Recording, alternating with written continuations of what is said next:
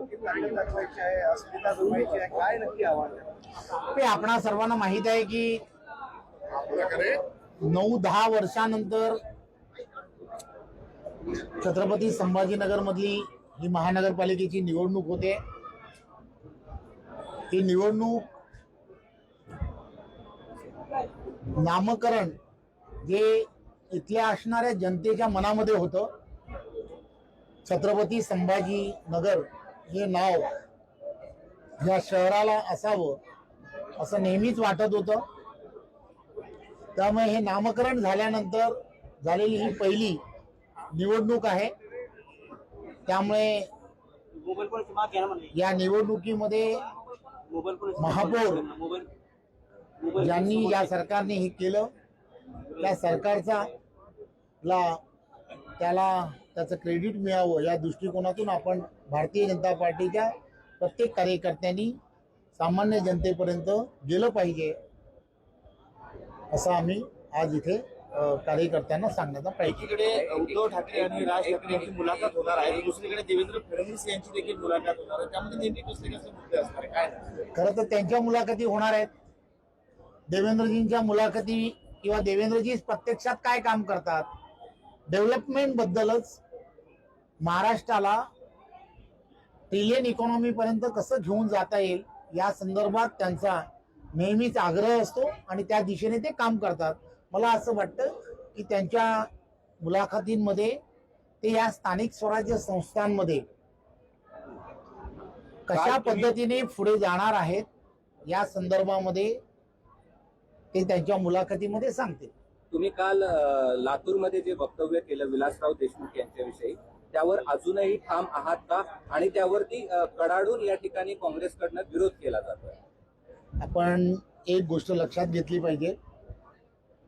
मी लातूरमध्ये जे म्हटलं, आपण लातूरमध्ये पाहिलं असेल की त्या ठिकाणी प्रत्येक महानगरपालिकेच्या निवडणुका, या निवडणुका या कशासाठी असतात तर त्या निवडणुका ह्या तिथल्या असणाऱ्या नागरी सुविधा ही कोणती पार्टी ही अतिशय गतिमान पद्धतीने करून देईल यासाठी असणाऱ्या त्या निवडणुका असतात। त्यामुळे लातूरमध्ये सुद्धा गतिमान पद्धतीने सर्व नागरी सुविधा व्हायला हव्यात, हे अत्यंत महत्वाचं आहे।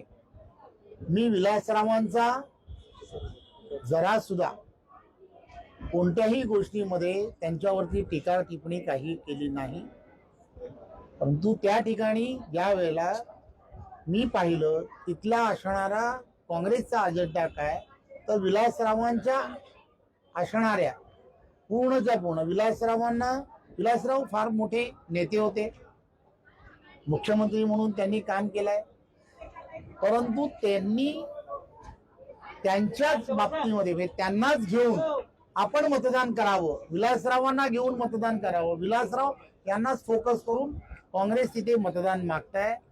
त्यामुळे त्या ठिकाणी आता नरेंद्र मोदीजींच्या नेतृत्वात झालेलं काम, महायुतीच्या बाबतीमध्ये त्या ठिकाणी केलेलं काम, या सगळ्या गोष्टी त्या ठिकाणी विकासात्मक ज्या दृष्टिकोनातून झाल्या आहेत त्या संदर्भात मी तसं म्हटलं, परंतु तरी सुद्धा त्यांचे चिरंजीव माझे अत्यंत चांगले मित्र आहेत, त्यांच्या जर त्यामधल्या भावना दुखावल्या असतील तर मी नक्कीच त्यांची दिलगिरी व्यक्त करेन। ते असं म्हणाले की लोकांसाठी जगलेल्या माणसाची एकच म्हटलं मी, एकच गोष्ट पुन्हा मी तेच सांगेन, तुम्ही ते पूर्ण म्हटल्यानंतर पॉलिटिकली या सगळ्या गोष्टीकडे पाहू नका।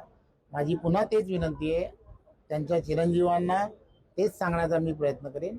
जर त्यांच्या भावना दुखावल्या असतील तर मी त्यांची दिलगिरी व्यक्त करेन। लातूरकरांची दिलगिरी व्यक्त करता, पुढचा प्रश्न पुढचा लातूरकरांची दिलगिरी व्यक्त करता की चिरंजीवांची? चिरंजीवांनी त्या संदर्भामध्ये जेव्हा म्हटलं त्यावेळेला मी हेच म्हटलं की विकासाचं राजकारण हे त्या ठिकाणी व्हायला हवं। नरेंद्र मोदीजी आणि देवेंद्रजींच्या नेतृत्वामध्ये लातूरकरांनी त्या ठिकाणी डेव्हलपमेंटला प्राधान्य दिलं पाहिजे, हे फार महत्वाचं आहे। केंद्रीय मंत्री सी आर पाटील असं म्हणाले की शिवाजी महाराज हे पाटीदार समाजाचे होते असं त्यांनी दावा केलेला आहे। मी आज छत्रपती संभाजीनगर या भागामध्ये इथल्या असणाऱ्या नागरी सुविधांच्या संदर्भात एवढं एक उत्तर द्या। ह्या इथल्या असणाऱ्या नागरी सुविधा या अतिशय गतिमान पद्धतीने हे कोण देऊ शकतं?